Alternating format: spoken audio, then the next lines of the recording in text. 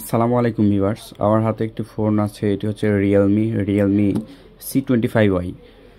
তো এই ফোনের প্রবলেম হলো, ফোনটি পানিতে পড়ছিল। পানিতে পড়ার পরে কাস্টমার এই ফোনটি এক টেকনিশিয়ান ভাইকে দেখাইছে। তো ভাই সরাসরি ফোনটি হিট করছে আর কি। এই যে উপরে স্টিলগুলো দেখা যাচ্ছে, স্টিলগুলো উঠাইছে। উঠানোর পরে ভালো মতনই হিট করছে যেন ফোনটি রান করা যায়।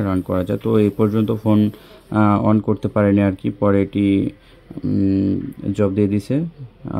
তারপরে এক ভাই আমার কাছে আনছে যে ভাই এটা দেখেন তো শেষ চিকিৎসা কি হয়, যে এটা যদি দেখা যাচ্ছে বোর্ডটি রানিং করা যায় তাহলে রানিং করে দিন, আর নয়তো আপনার মাদারবোর্ডটি চেঞ্জ করে দিন। তো আমি নিয়েছি মূলত দেখার জন্য যে সমস্যার জন্য ফোনটি অন হয় না আর কি।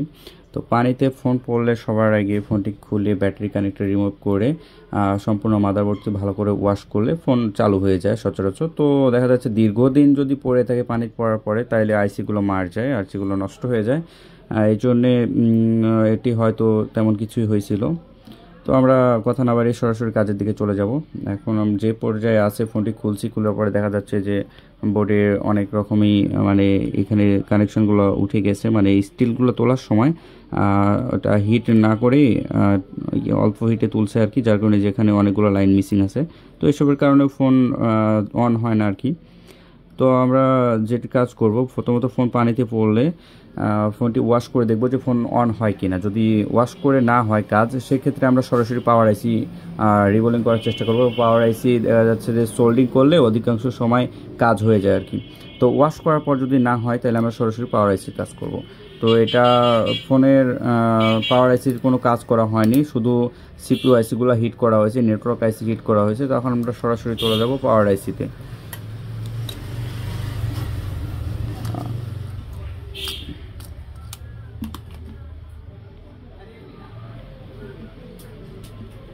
হ্যালো ভিউয়ার্স, আপনাদেরকে জুম করে দেখালে ভালোভাবে বুঝতে পারবেন। এই যে ফোনের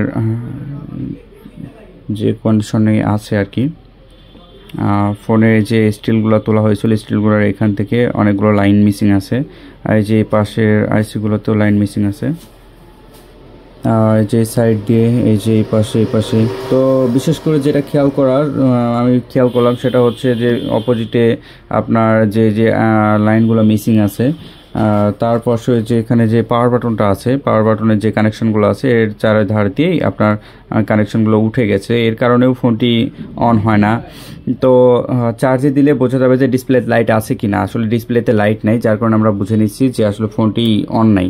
তো এখন আমরা সরাসরি পাওয়ার আইসিতে চলে যাব। কিন্তু মজার বিষয় হচ্ছে যে ভাই টেলিফোনে কাজ করছে সে এখনও পাওয়ার আইসিতে কাজই করেনি। তো এই যে এর পাওয়ার আইসির পাশে যে এই যে অপোজিটে যে ব্যাটারি কানেক্টরের অপোজিটে যে এটা থাকে, এটা হচ্ছে ডিসপ্লে লাইট আইসি আছে, চার্জিং আইসি আছে। তো অধিকাংশ সময় চার্জিং আইসির কারণেও এরকম হয়ে থাকে। তো আমরা এই স্টিলটা আছে এটা সম্পূর্ণ তুলে ফেলার পরে এর নিচেই আছে আপনার চার্জিং আইসি আছে। চার্জিং আইসিটি আমরা এটার সম্পূর্ণ খুলে সোল্ডিং করে দেব। সোল্ডিং করলে আশা করা যাচ্ছে ফোনটি অন হতে পারে আর কি। তো আমরা এটা সাবধানতার সাথে তুলে স্টিলটি ভালোভাবে তুলে আমরা চার্জিং আইসি, ডিসপ্লে লাইট আইসি বা পাওয়ার আইসি সবগুলোতেই এটা সোল্ডিং করব।